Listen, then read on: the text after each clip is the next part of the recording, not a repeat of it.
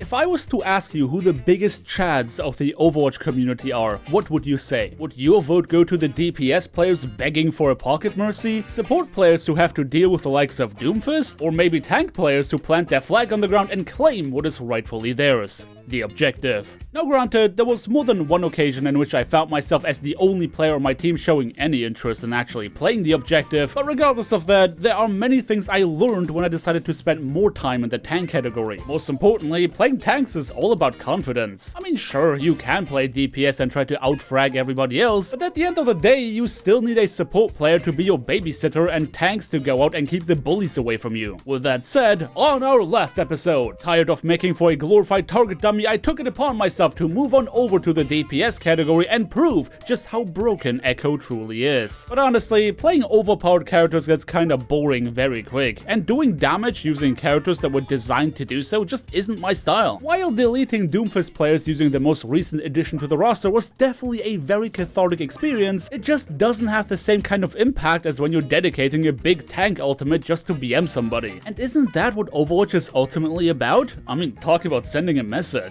Seriously, tanks have it all. Want to stop that annoying soldier from flanking you all the time? Tanks. Want to tell that Reinhardt how you feel about them spawn camping your squishies? Tanks. Want to make people question why that fat DPS hero has been given 600 HP? Tanks. The essence of playing tank is waiting for your DPS to do their job just to end up doing it better than them. And as such, your prime directive is establishing how much of an alpha chad you are, while demanding the undivided attention of both of your supports. Dragonblade be damned. After all, there's nothing quite like feeding on cooldown while typing, "I have all the gold medals, what are the DPS doing?" But don't get me wrong here, playing this role is a fine art. You have to strike the perfect balance between feeding your brains out and making the enemies feel like you know what you're doing. And sometimes that means playing the long game. I mean, look at the following clip. Initially you might think that me using my ultimate in their spawn is not gonna do much of anything, but little did the enemies know that this was merely a setup for me to return and push them right into it. It is plays like that causing sleepless nights for support players wondering if they are allowed to walk out of spawn without getting slam dunked. But if you think it's only the low mobility variety of characters that should be scared of tank players, then you'd be sorely mistaken. I mean, heck, if you're playing against a confident tank player, even your own spawn area is not sacred anymore. With that said, today we are going to find out what happens when you take spawn camping just one step too far. As a Zenyatta player, I should know that confidence is a flimsy shield, and this match was a rude wake-up call for that very lesson.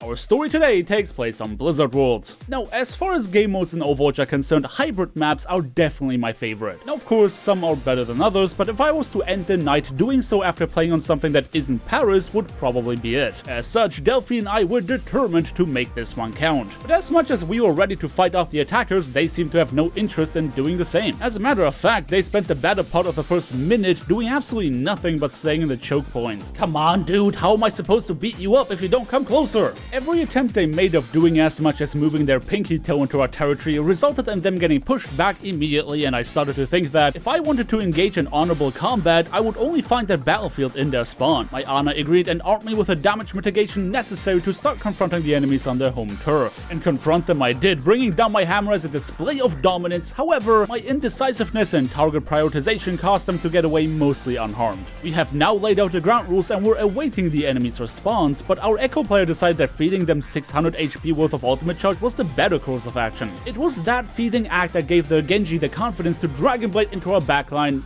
but again to no avail. At this point you can tell that I lost all respect for the enemy team. It didn't seem like they were interested in assaulting the objective in the first place, meaning that the only way for me to have some fun was by running it down mid. And to my surprise, I found their Widowmaker standing AFK off to the side. Now I'm going to be so free as to assume that they weren't currently flaming their team, but instead thought themselves to be in a safe location to regroup. But there's no such thing as a safe location when you play against the likes of myself. Of course my backline assault would not go unnoticed, and I found myself in a bit of a pickle. While I appreciated my Zarya's attempt of keeping Hamid off of me, naturally I would mentally outplay the dumb hamster and come back mostly unscathed. But Delphi's lack of confidence in my abilities made him waste his Graviton Surge, and to make sure he didn't feel too bad about it, I too decided to waste my ultimate in solidarity. It kinda ended up working in our favor as the enemy Ana committed to a nano boost to try and stop her diva from getting stacked, staggered, but that didn't stop us from headbutting her into the pavement anyway. Now, with me going unpunished for all of that feeding up to this point, I really thought that chasing their Ana down as well would be a piece of cake. Little did I know that the rest of my team was made of the beta variety of players, and as such, I found myself in enemy territory with my Zarya being the only one deciding to help. Needless to say that I didn't survive that lapse in judgment. While that is a rather unfortunate way of losing the first point, ultimately we weren't concerned. I mean, looking at their previous performance, there was no way they could turn one lucky win into a snowball victory, right?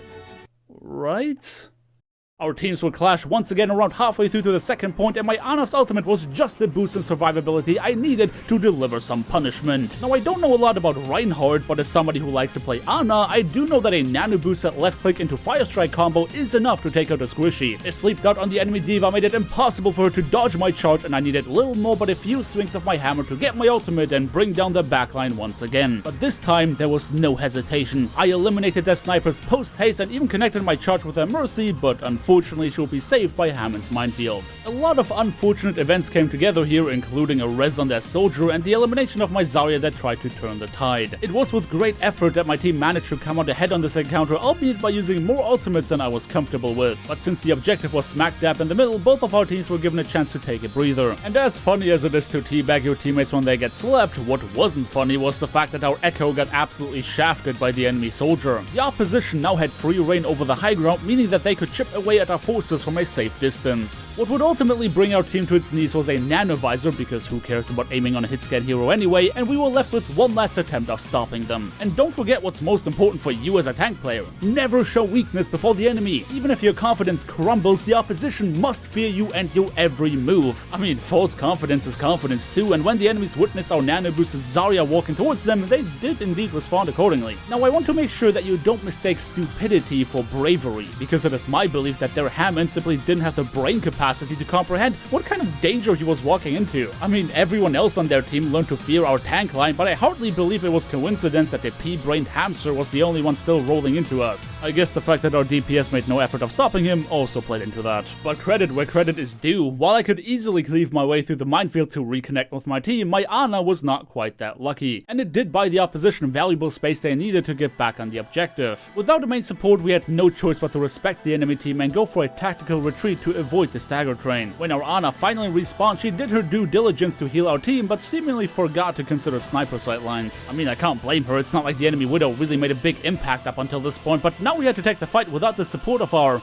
well, support. But we couldn't give up even more space, so I had no choice but to move on forward and trust that my team would fall behind me. And to make sure that wasn't the case, Delphi solo ulted the annoying hamster, my Genji wasted his Dragon Blade, and I solo shadowed the opposing soldier to stop him from tearing through our backline with his visor. But it seemed like he was being a good sport about it. And the distinct lack of teabagging should be proof enough that I didn't do it for my own satisfaction, but rather to be the tank that my team needed. We had to defend the objective for one last minute, and no competent player on my team was left with an ultimate, meaning that this will be an uphill battle. Thankfully, Delphi bought us a few seconds on the clock when he noticed that the enemy Mercy was not able to reconnect with her team and just kinda floated in our backline. Hey, a stagger is a stagger at the end of the day, doesn't matter how you get it. It all came down to it, the final showdown if you will. Is the red team going to celebrate a masterful comeback, or is the blue team going to persevere despite fooling around a bit too much at the start? I shot my fire strike with the accuracy of a top 500 Widow one-trick, but that didn't stop their diva from using her ultimate to allow her team to move in. My shield was annihilated, and that meant go time for the enemies. Their Hammond's minefield smash combo could have been the deciding factor, wasn't it, for Delphi stopping the enemies from falling up on it by using Graviton Surge. I cleared parts of the minefield to get back into position around the cart and to try and get my shadow back online to end this fight once and for all. But the opposition proved to be fairly elusive, and I accidentally hit the shift button. I swear, using Charge of Cooldown is like second nature to me by now. While that didn't result in me throwing the match in that very moment, their soldier proved once again why I hate playing against that hero. With overtime ticking down, I was getting desperate to get my ultimate, knowing that this could be the game changer. But what was important was the target. If I just wasted on whoever, all of our effort is going to mean nothing. I had little time to choose as my Ana nano boosted me to expedite the process, and I had to make a choice. I knew that Delphi could melt Diva's mech away with no problem at all. I also knew that the Hammond already wasted his defensive cooldown. And I knew as well that both of the enemy snipers were taken out, so I didn't have to worry about a sleep dart. And then I made my decision. Knowing that another tag visor would prove devastating during this overtime, I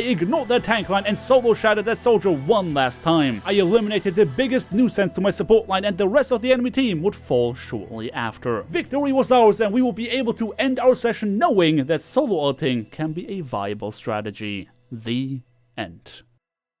Hey, thanks for watching today's episode. I hope you enjoyed your time with it, and maybe, just maybe, some of you are a bit more inclined to give the tank role a chance now. Anyway, if you want to see more videos like this one, I got a whole playlist of stories that you can find in the description below. And if you don't want to miss out on the next episode, make sure you subscribe and hit that bell icon. Thank you everybody so much for watching. I hope you guys have a fantastic day, and until next time, peace.